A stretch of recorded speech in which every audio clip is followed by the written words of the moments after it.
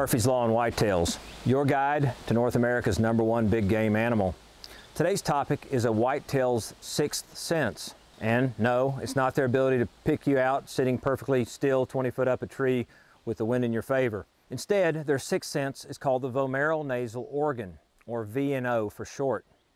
And the vomeronasal organ is a diamond-shaped organ that's situated in the upper palate, the hard palate, of a deer's mouth. And this gland is very specialized in its function.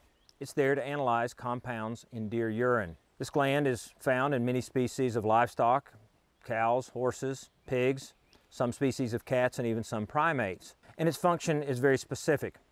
As a buck encounters the urine of a doe, particularly during the breeding season, they will perform a fleeman or lip curl response, in which they elevate their head, they scrunch their nose back, and they inhale very deeply for several seconds, allowing the compounds in that deer urine to be taken into that organ and then transmitted to the brain. Prior to research on this subject, many hunters and even some scientists believed that this was in fact how a buck determined a doe's estrus status.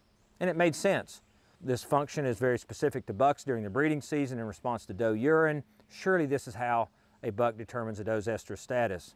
Well, as they say, sometimes science gets in the way of a good story, and that's what happened in this case. Research at the University of Georgia, including my own research as a graduate student, and what we found is that the vomeronasal organ does not access a portion of the brain that controls immediate behavioral response. In other words, it can't tell a buck, hey, a doe's in heat nearby, I must find her.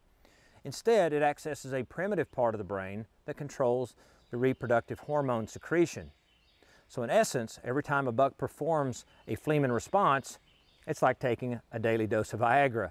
It maintains their sex drive. So, take home here is that while bucks may not be determining a doe's estrus status from her urine, they are in fact performing an important response to maintain their sex drive to ensure as many does get bred as possible and the species survives for the long haul.